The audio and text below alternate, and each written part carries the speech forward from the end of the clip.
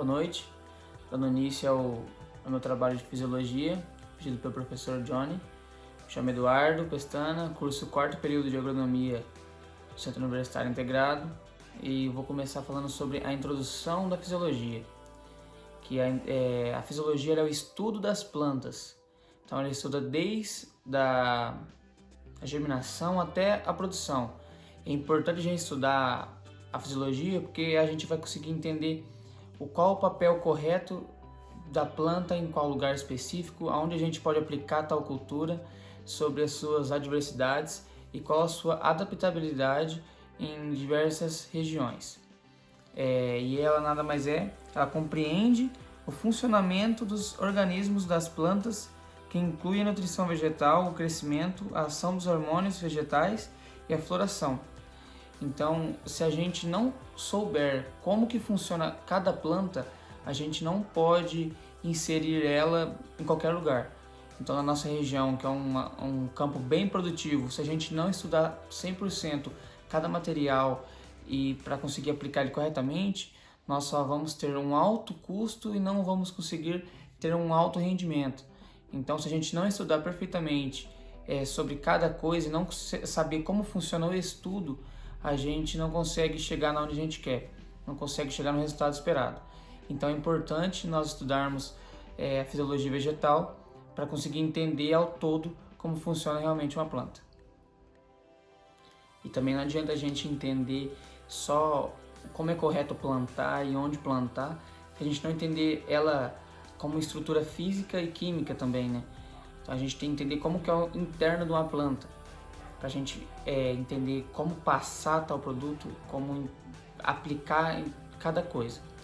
Ela vem da palavra grega physis, quer dizer natureza. Então a fisiologia é estudo da natureza, né? Ela é estudo de cada planta, de cada ser vivo na realidade, e as plantas se enquadram nisso também. E pode-se dizer que a fisiologia também não anda sozinha, né? Ela anda paralela com outros estudos. E as relações hídricas, que eu vou explicar logo adiante, é uma delas. Porque se a gente não entender como o físico da planta, como se absorve a água, como ocorre essa transição e esse transporte de água na planta, a gente não consegue atingir o nosso objetivo, que é a produtividade. Só que para a gente conseguir atingir essa produtividade, a gente tem que entender como é que ela funciona exatamente. E se juntarmos as relações hídricas com a fisiologia, a gente consegue entender um pouco mais como funciona o processo correto da troca de água do meio externo, de solo, com a chuva e etc.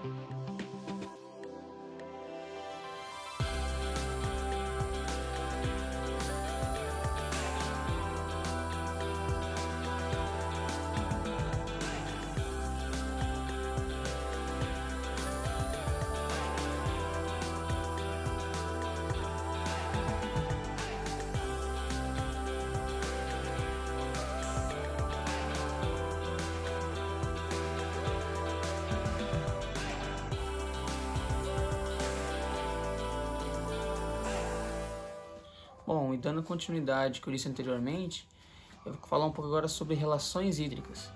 E como o próprio nome já diz, é sobre a água ao todo, como ela entra e como ela sai da planta.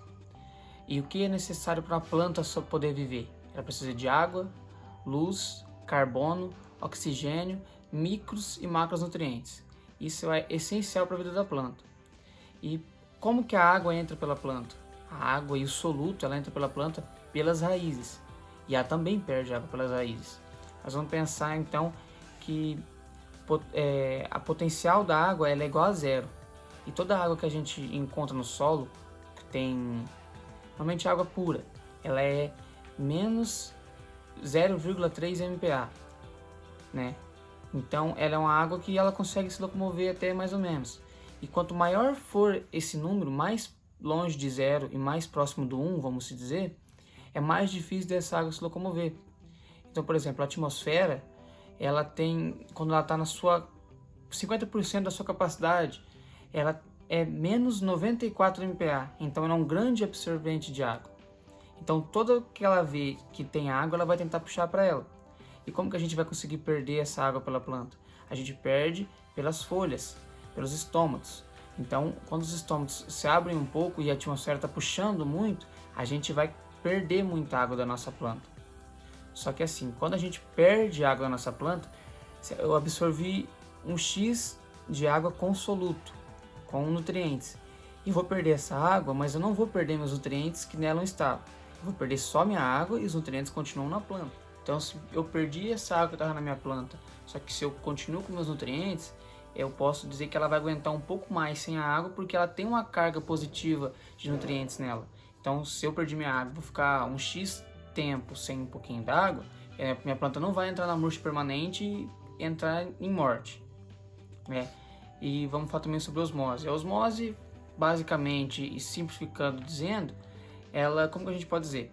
Se eu tenho um pote com água pura, eu tenho outro pote com água e nutrientes, só que meu pote com nutrientes tem mais nutrientes que água. O que a osmose vai fazer? Ela vai transferir água para esse segundo pote para conseguir trazer um equilíbrio entre eles e conseguir deixar esses dois perfeitos iguais, para que, vamos dizer assim, que a planta não consegue puxar mais de um e mais de outro e conseguir sentir deficiência de um lado porque ela tem mais de uma coisa e menos de outra.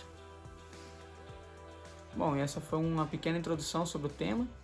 Não foi algo muito bem aplicado, mas dá para entender superficialmente. E eu agradeço pela atenção e por ter assistido até aqui. E é isso. Boa noite.